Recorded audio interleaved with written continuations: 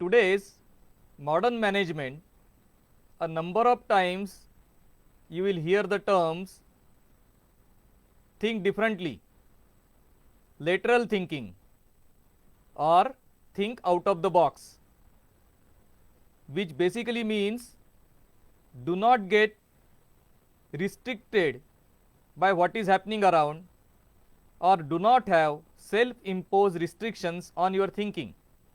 Think freely, think unconventionally, or think for progress and prospect. These terms are popular now, but in ancient wisdom there are number of examples of this type of thinking: different thinking, open thinking, lateral thinking, or out of the box thinking. So today we will take two examples from ancient wisdom of out of box thinking. The first one concerns Galileo. Galileo was a philosopher, and in those days philosophy was meant to create knowledge, discuss knowledge, armchair discussions. And one of the most favorite theory was that if you throw a heavy ball from a top of the building along with a light ball, the heavy ball will reach the ground first and the light ball will come afterwards. In other words, heavier things fall heavily or faster, lighter things fall later or slowly. And this was also a general experience. For example, if a 20 kilo weight falls from the first floor, the whole ground shakes. But if 10 gram item falls from the same height, nothing much happens. So it looks like, and it is logical to say, that the heavier you are, the faster you fall. And this was the accepted proposition for 350 years till Galileo came on the scene. Galileo did not discuss this, or I will put it this way: first 50 years of his life he kept on discussing this, and then one day he had this out of box idea. I have been teaching this all my life, but have I checked whether it is correct? So he took two cannonballs, one of 5 kg, other of 1 kg, went to the Tower of Pisa, and it could have been any other building for that matter, had 3 of his students at the bottom at safe distance to see whether the cannonballs hit the ground and to count the time. So from top he left the two balls, the two cannonballs, one 5 kg, one 1 kg, simultaneously at the same time, and he was expecting his students to say that the bigger ball came first. But behold, it was the other way round. Repeatedly trials were taken, and it was seen that both the balls hit the ground exactly at the same time. A discussion of 350 years was proved to be wrong. A limit posed by 350 years of philosophy was proved to be wrong by just one experiment.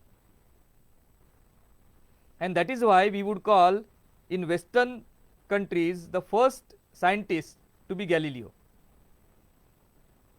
Till then it used to be all philosophers.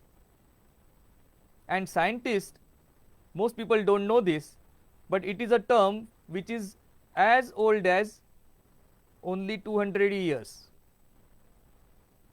And this is the reason the highest degree in any discipline is PhD. doctor of philosophy and not doctor of science or not doctor of arts. It is doctor of philosophy.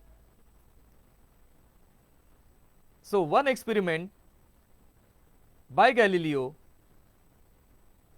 which was out of box experiment, because this was not allowed till then. The theory would lead to practical, practical should not be leading theory. That was the basic agreement amongst all philosophers, and that was the box. And Galileo shattered the box. So, that is the first example of out of box thinking from ancient wisdom. Now, let us come to India or our ancient wisdom, and the first example we will take is that of Vishwamitra, the great Vishwamitra Rishi. One of the ancestors of Sri Rama was by the name Satyavrata. This Satyavrata was a very pious king, ruled very judiciously, and for a long time performed a number of yajna and performed all his dharmic duties properly. But he had one longing. He wanted to reach Swarga with his whole body intact. So he asked his Kulaguru, Vasishta, Rishi Vasishta, please tell me a way that I can ascend to the heaven or Swarga with my full body intact. And Vasishta said, this is not possible for any mortal or any human being, because the law and rules of the Swarga are different. And though with yajna you can get punya enough to go to Swarga, you cannot take your mortal body along. That is against the rules of mortality. You have to leave the body here and your Atma ascends to Swarga. But Satyavrata would have none of it. He wanted to go to Swarga with his body intact. So he kept asking a number of rishis, and all of the rishis said no, it is not possible.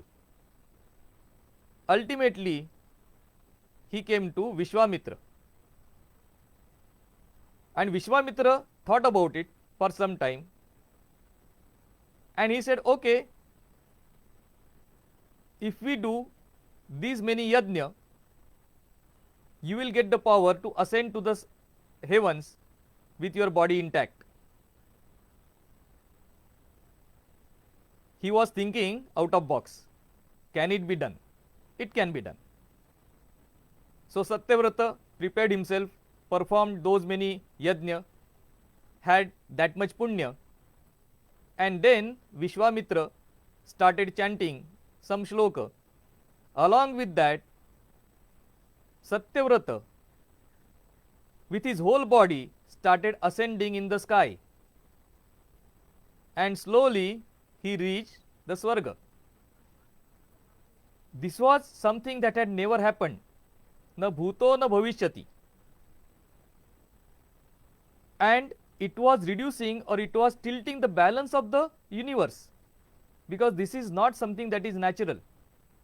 This is not something that is sustainable. And if somebody does this and it becomes a usage or custom, the whole world would be paying the consequences. So it is said that Indra started pushing him down. Indra would not allow him to enter the heaven with his body. Indra would push him down, Vishwamitra would push him up. And the struggle continued.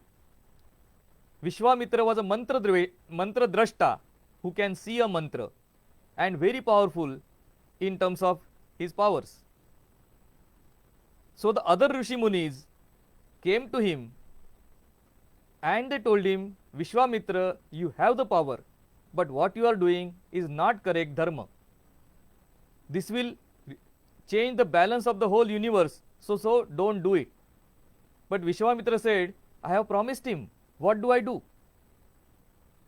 Then they said, you can put him in the southern sky. And then Vishwamitra got an idea.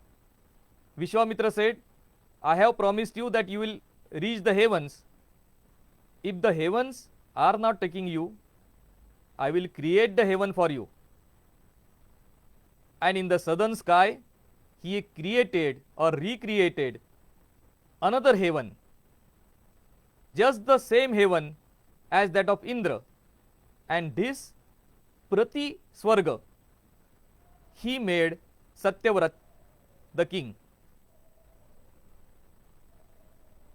But then he would be a Prati Indra, and that would also disturb the balance of the universe. To avoid that possibility, he put Satyavrata in inverted position to that of Indra, and Satyavrata would keep enjoying the fruits of his good deeds, of his punya, in his kingdom in the southern sky. And because he is in between that heaven and this earth, he is called as Trishanku.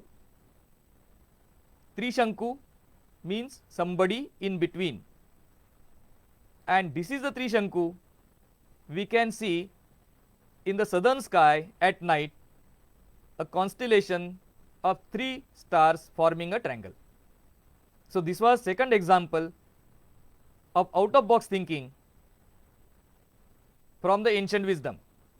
We will continue with some more examples in episodes to come. Namaskar.